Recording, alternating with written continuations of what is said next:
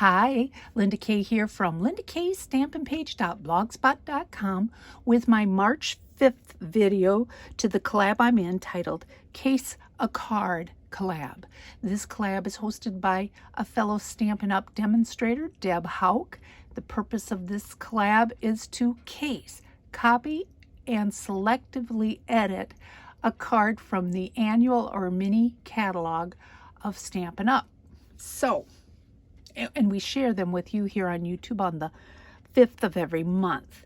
So I decided to go to the annual catalog again this time, and on page 116 I have this stamp set here, and it's bundled with a coordinating punch, and you can save 10% if you buy them together. I just used the stamp set, and I really liked this card right up here. I liked how it was offset rather than centered on the card, and I might do this more often. I really liked the way it looked, so I cased that card. Now I'm going to show you the products that I used and some of the differences that I did other than the card. I'm going to set this aside, and of course I did use the Field of Flowers stamp set, and it's a photopolymer stamp set. And then I did use the stitched nested label dies, and I used the fourth largest one, so 1, 2, 3, 4. It's this one right here. I used that one to create the little label on for the sentiment. For inks, I used Bermuda Bay. I used Calypso Coral, Daffodil Delight,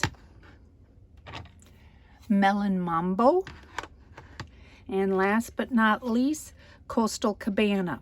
Now the papers I used, the base I did use Bermuda Bay. I did use Whisper White. That's retired. Stampin' Up is now just selling classic white, but I have a lot of Whisper White, so I need to use that up. I did use, for the label, I used Petal Pink. I used a little piece of Calypso Coral, and that is it for the papers. And for the embellishments, I used this white baker's twine by Stampin' Up. And I had these, if you follow me at all, I've been trying to use up these little mini no-name rhinestones. I used some of those. They're on my desk. And then I have these Gingham Gala adhesive back sequins, and some are sequins and some are flowers, and I used those. And I will show you the card that I created. Oh, and one last die that I did use. I'm lining all my envelopes. So of course I pulled out this retired Stampin' Up envelope liners, and I used that. So here is my card right here, and it was a fun card to do. And let me get the catalog one more time and show you. I don't know how they did this, but on the card itself, you can see there's like a little halo around the card, or around the flowers. So what I think that they did is they stamped them twice. You know, you stamped them once and then lift up the stamp and move it just a smidge and stamp it again. Now, I think how they got the kind of the muddled look of the orange flowers, they show over here that they used their water marker. Well, I tried that and it was a mess. I didn't like that.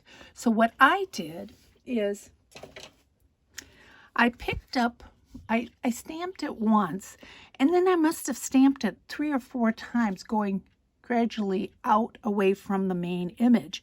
And it created just a very subtle look. It almost looks like a, I don't know what kind of flower that is, but it's like a chrysanthemum or something. I'm not really sure, but it really gave a cute look.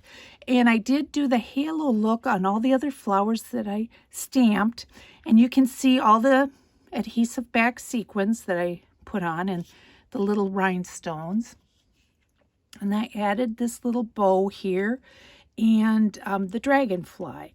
And I thought it turned out really cute. And the inside, I just stamped the bottom in Bermuda Bay. Or, no, that's Coastal Cabana. I'm sorry. I thought Bermuda Bay would be too dark. And that's just the grasses right here. And then I stamped some dragonflies on the back. And of course, you know, I'm into doing my envelopes too. So here I just did a smidge of the grass with the dragonfly. And then I used some old retired gingham gala or gala gingham designer series paper by Stampin' Up, and it's retired, but I'm using it up. So that is my case of card for March. And I'm going to leave a link below to Deb's channel as well as all the other participants. And I encourage you to head on over to their channels and see how they cased a card from the Stampin' Up catalog.